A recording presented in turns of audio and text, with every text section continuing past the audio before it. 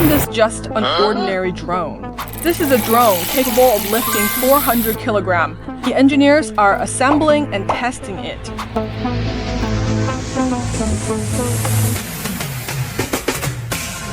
Getting ready for takeoff.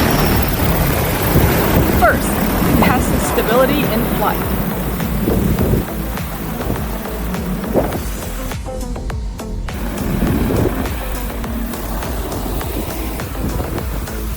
No load test complete. Preparing for the load test. Let's start with 350 kilograms.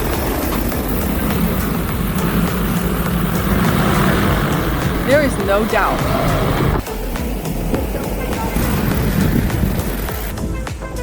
Now moving on to the 400 kilograms test. It's unbelievable. It actually did it. What can a heavy lift drone do? Construction, transportation, mountainous area lifting operations, emergency supplies, agricultural transportation. In many PLACs, traditional transportation simply cannot solve the problem. But low-altitude transport is emerging as a new solution. There are great opportunities ahead.